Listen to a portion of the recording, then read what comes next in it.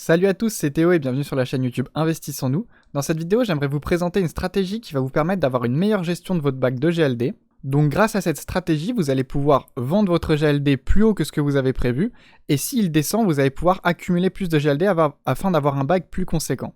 Et pour ce faire, on va combiner plusieurs stratégies, comme le DCA, le trading, ainsi que l'utilisation de la finance décentralisée et des pools de liquidité. Tout d'abord, je tiens vraiment à remercier Foudre.eth sur Twitter. C'est de lui que vient cette stratégie, il nous l'a présenté dans un thread qu'il a fait en anglais. C'est un francophone, mais il présente énormément de threads et de belles choses sur la blockchain. Il les présente en anglais afin que ça touche un public plus large. Et il a gentiment accepté que je vous présente cette stratégie en vidéo afin de vous la partager, moi, en français. Donc bien sûr, je compte sur vous pour aller vous abonner à son Twitter et aller liker le thread que je vous mettrai bien sûr en description. Donc maintenant, on est parti pour la présentation de la stratégie. Alors pour cette stratégie, on va prendre un exemple, on va décider de vendre une partie de notre bac des GLD afin de prendre un profit. Du coup, on va dire que dans notre exemple, on a acheté notre GLD aux alentours des 50$ ou des 40, même si on a eu de la chance, et que là, il est actuellement à 70$, c'est à peu près le cas au moment où je tourne la vidéo, et donc je souhaite en vendre une partie afin de prendre des profits. Imaginons que donc j'ai un bon bac de GLD, et je décide d'en vendre une partie, donc 1000$. 1000$ à 70$ unité, ça nous fait donc 14,28 EGLD. Donc si vous décidez tout de suite de vendre vos 14,28 EGLD à 70$, vous récupérez donc 1000$. Mais bien sûr, avec nos stratégies, on va décider de le faire autrement. On va tout d'abord vendre la moitié de nos EGLD, donc la moitié des 1000$ prévus, en USDC. Donc on va récupérer comme ça 500 USDC et l'autre moitié qui nous reste, donc 7,14 EGLD. Donc grâce à ça, on aura la moitié de ce qu'on avait prévu de vendre en USDC et l'autre moitié toujours en EGLD. Donc comme vous l'avez sans doute deviné, ces deux moitiés, on va les rassembler en LP token afin de les déposer en pool de liquidité, donc la pool de liquidité EGLD USDC qui farme pour le moment un APR de 120% en LKMX. Donc voilà, maintenant on a nos chiffres qui vont nous servir d'exemple. On a toujours nos 500 USDC, nos 7,14 EGLD qui sont mis en pool de liquidité et qu'on va du coup simuler pour voir ce que ça donne si le GLD monte et si le GLD descend. Dans un premier cas, imaginons qu'on ait eu raison de vouloir vendre car le GLD est retombé à 50$. Comme vous vous en doutez, l'impermanent loss va donc faire son travail. Souvent, malheureusement, c'est quelque chose qu'on ne souhaite pas avoir. L'impermanent loss est souvent vu négativement, mais dans cette stratégie, on va l'utiliser pour qu'elle soit positive pour nous. Donc voilà, j'ai fait une simulation sur un logiciel afin de voir ce que donnerait l'impermanent loss sur mes tokens. Donc bien sûr, le token A représente le GLD et le token B représente l'USDC.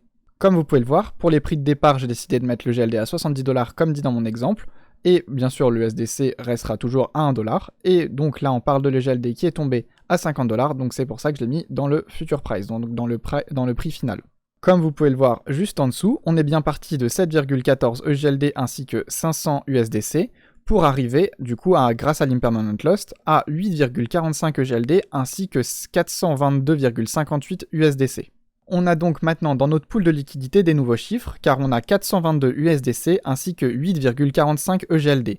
On peut donc décider de racheter de l'EGLD avec nos 422 USDC afin d'avoir un bag total de 16,9 EGLD. On sera donc passé d'un bag initial de 14,28 EGLD à un bag de 16,9 EGLD plus les récompenses de LKMX qui nous donnent 18% plus les récompenses en LKMX.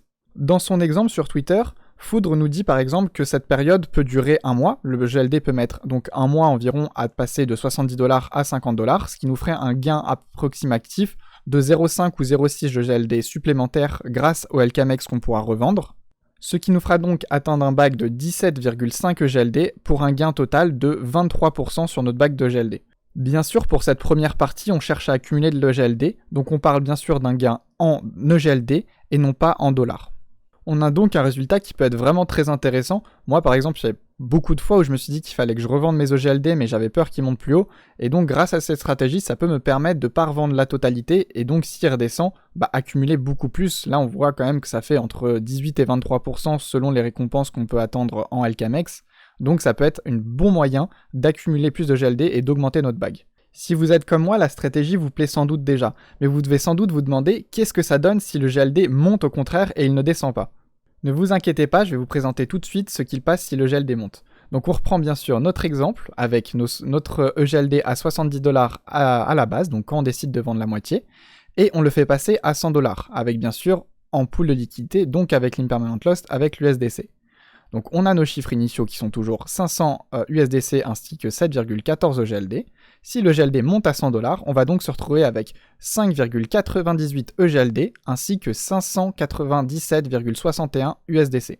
On a donc encore une fois des nouveaux chiffres dans notre pool de liquidité, car on a 597 USDC ainsi que 5,98 EGLD.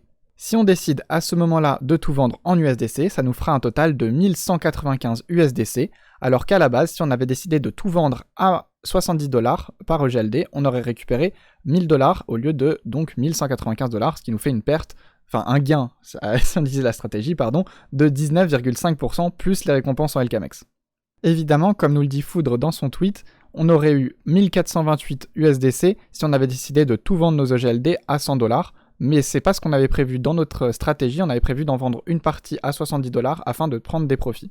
Et en plus de cela, ça nous permet quand même d'avoir un gain considérable comparé aux 1000 $ qu'on aurait pu espérer si on avait tout vendu à 70 $, tout en réduisant bien sûr les risques qu'on prend. Bien sûr, afin de diminuer encore les risques et de profiter pleinement de la stratégie, il est important de réaliser un DCA dessus, que ce soit à l'achat ou à la vente. Comme vous pouvez le voir sur ce graphique, Food propose plusieurs endroits où il va vendre une partie de son bag EGLD afin de le mettre en pool de liquidité EGLD USDC, quand le GLD monte, et quand le GLD redescend, il va retirer des LP tokens de la pool de liquidité et revendre les USDC en EGLD afin d'accumuler plus de GLD. Et comme il le dit, le DCA, le trading et le liquidity providing sont la triforce de l'accumulation. Donc pour vous résumer rapidement cette stratégie, si on utilise les pools de liquidité et que le GLD monte, notre valeur de vente va donc augmenter. Au lieu de vendre pour 1000 $ dans le premier cas à 70 $ donc par EGLD, on va donc réussir à accumuler 1195 $. Et si le GLD descend, on va donc, dans ce cas-là, accumuler plus de GLD, car on est passé de 14,28 EGLD à un bag final de 16,9 EGLD sans compter les récompenses en LKMX. Ça permet donc de réaliser un DCA automatique, que ce soit à l'achat ou à la vente, afin d'en tirer le plus possible. Et en plus de ça, on a des petites récompenses qui arrivent en LKMX qu'on peut bien sûr revendre pour de l'EGLD. On arrive à la fin de la vidéo, j'espère vraiment qu'elle vous a plu, j'espère que cette stratégie pourra vous aider afin d'avoir un plus gros bag de GLD ou de revendre pour des sommes plus conséquentes. Je tiens encore une fois à remercier FoudreTH d'avoir accepté que je tourne cette vidéo afin de vous présenter cette stratégie. Allez vraiment voir son thread, il y a beaucoup d'infos, beaucoup de graphiques que vous pouvez voir en plus qui pourront sans doute vous aider à mieux comprendre si vous n'avez pas tout compris. Merci à lui pour son travail, merci à vous tous d'avoir écouté. Pensez à vous abonner, à liker et à mettre un commentaire, ça m'aide énormément et je vous réserve encore beaucoup d'autres surprises pour la suite. Salut à tous, à la prochaine.